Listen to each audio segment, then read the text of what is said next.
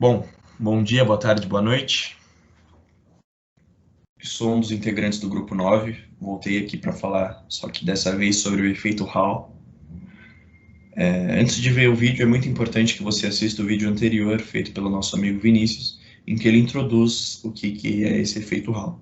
Mas, basicamente, Edwin Hall descobriu que se você tem uma corrente ordenada a uma certa direção, né, ordenada para uma certa direção, em um fio ou sólido geométrico, e você produz um campo magnético ordenado perpendicularmente a essa corrente, você vai gerar uma diferença de potencial dentro desse fio, que é chamada diferença de potencial de Hall, que é o efeito Hall. Qual que é a importância, né? Aqui para a gente, principalmente, vai ser a descoberta da densidade de portadores de carga e até mesmo o sinal dos portadores de carga. Bom, mas isso você vê melhor no primeiro vídeo. Aqui a gente vai resolver um exercício, então indo para esse exercício do Responde Aí, muito interessante. Bom, a primeira parte do exercício ele simplesmente expõe os dados para você. É importante você se atentar ao Sistema Internacional de Unidades, né? Você vai ter que passar os centímetros para metros e a princípio é só isso. A problemática começa de fato nessa parte em que eu vou ler. A partir desses dados determine a velocidade de deriva dos portadores de carga. Bom, primeiro, o que é a velocidade de deriva? A velocidade de deriva também é a velocidade de arraste. Eu prefiro velocidade de arraste. É a mesma coisa, né? Só dois jeitos de chamar a mesma coisa. É a velocidade que o portador vai desenvolver dentro do fio, ou aqui no nosso caso, dentro de uma caixinha.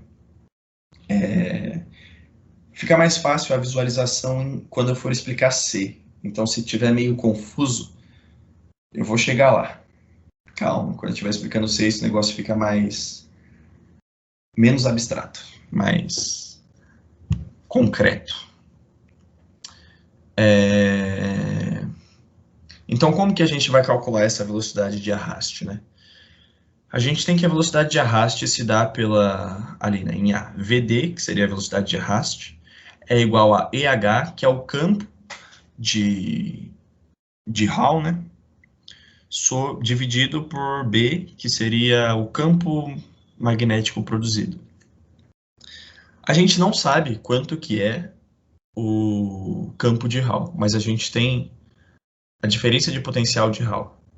Então a gente reescreve o campo em função da diferença de potencial. Como que fica isso? Que seria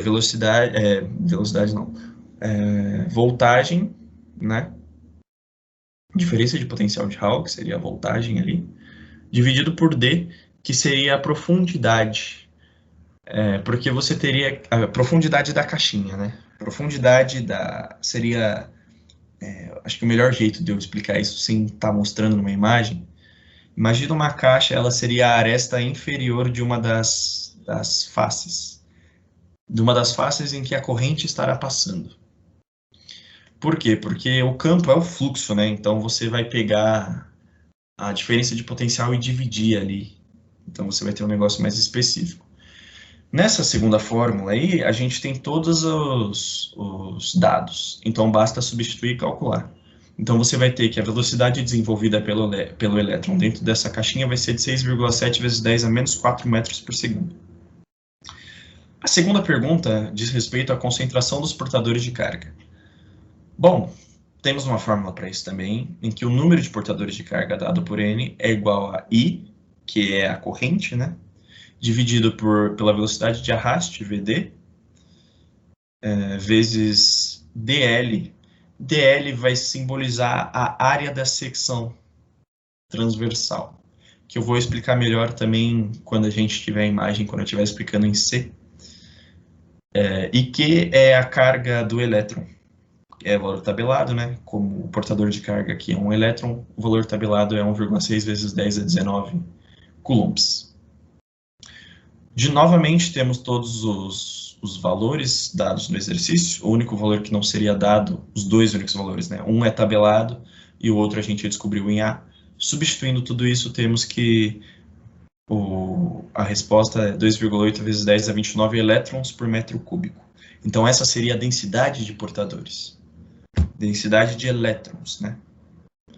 Bom, explicando C, C vai ser um diagraminha, por assim dizer. Bom, aqui temos a caixinha, né?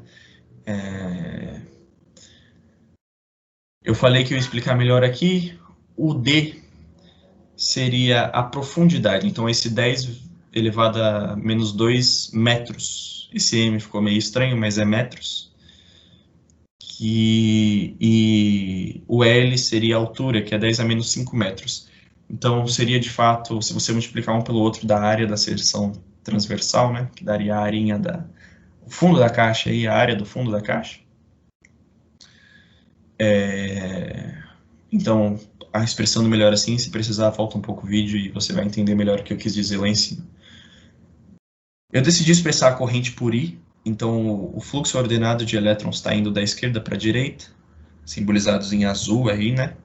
E o campo magnético está simbolizado em preto, o campo B, né? Está indo de baixo para cima. Se você usar a regra da mão direita, você aponta a ponta dos seus dedos, você estende a sua mão, né? E aponta a ponta dos seus dedos, dos seus 4 dedos, em direção a I.